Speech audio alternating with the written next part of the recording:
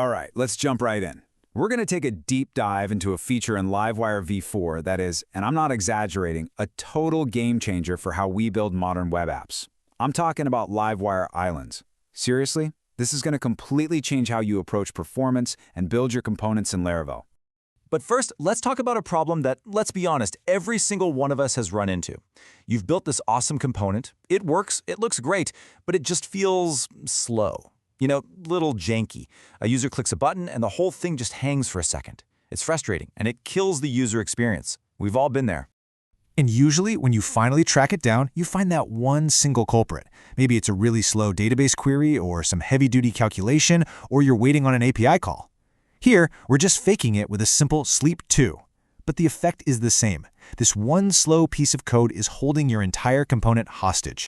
And the fallout from this, it's huge. As developer Tona Zipa put it, it's not just that one action that's slow. When you have a bottleneck like this, every single interaction, every click, every single refresh is forced to wait that full 2 seconds. The whole component is basically stuck in molasses because of one slow part. So what do? Do we have to break our beautiful component into a million tiny little child components just to fix this? No way. The answer, the elegant solution, is Livewire Islands. It's all about getting that perfect performance isolation, but without the nightmare of managing tons of separate components. So what is an island really? Well, think of your main component as a continent.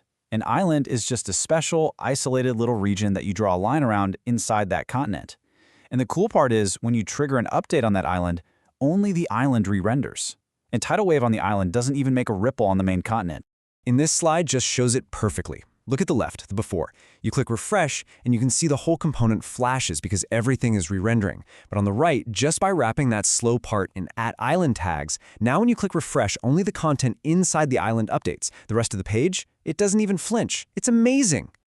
Okay, so that's cool for updates. We've isolated them.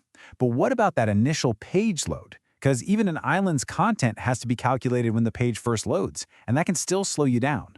Well, that's where Livewire's loading strategies come into play. You've basically got 2 main tools in your toolbox here. First up is lazy true. This is your go-to for anything that's below the fold. Content the user has to scroll to see. The island won't even try to load until it comes into view. Then there's defer true. This one's a bit different. It tells the island to load its stuff right after the main page is done loading, giving your user a super fast initial experience. But what does the user see while that lazy island is getting ready? You don't want a big empty hole on the page. That's where the @placeholder block comes in. You just nest it right inside your island, and you can define exactly what shows up while it's loading. Could be a spinner, or even better, one of those cool skeleton screens. It makes everything feel so much more polished. All right, basics are covered. Now we get to the really, really powerful stuff. This is where islands go from just being a performance tool to being this incredible way to build super dynamic and complex UIs with, almost no effort. So what if you need to refresh an island from a button that's outside of it? Simple. You just give your island a name, say revenue. Then, on whatever button you want, you just add wire island equals revenue. And that's it. Now that button knows to only target and refresh that one specific island. So much control. And check this out. This is where my jaw kind of dropped. You can build an infinite scroll feature in 3 simple steps. 1. Name your content feed island. 2. Create a little load more action in your component. And 3, on your load more button, you trigger it with wire.island.append. That's literally all it takes. But wait, it gets even better.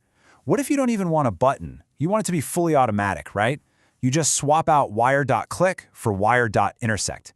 Now, the second that loader element even scrolls into view, bam, Livewire automatically fires the action and loads the new content. No JavaScript, it just works. It feels like absolute magic. And for those really sophisticated UIs, you can even nest islands inside of other islands.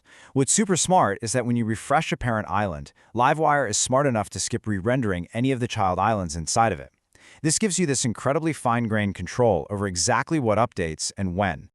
Need a section of your page to feel alive, like a dashboard widget that's always up to date? Easy. Just drop a wire.poll directive inside an island. That polling action is now scoped only to that island, so it'll refresh itself every few seconds without forcing the whole page to re-render constantly. It's just so efficient. Now, as much as I've been saying islands are magic, they're not a silver bullet for everything. To really use them well and not get frustrated, there are a few key rules of the road that you absolutely have to know before you start sprinkling them everywhere in your prod. So when is the perfect time to reach for an island? Well, it's for isolating those heavy calculations we talked about at the start. It's for creating independent parts of a component that have their own buttons and forms. It's perfect for real-time stuff with polling. And, of course, for surgically fixing those performance bottlenecks in your really big component. Okay, let's talk about the big gotchas, because this is important. First, islands are completely isolated. That means they can't see outside variables, like stuff from an @PHP block or loop variables from an @ForEach loop. And for that reason, you can't just stick an @island tag inside a loop. The fix is simple, though. You just move the loop inside the island. Problem solved.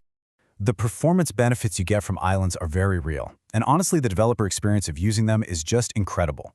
It makes building complex UIs so much more straightforward. So that really just leaves one question. Thinking about the app you're working on right now, what's the first performance bottleneck you're going to totally crush with Livewire Island?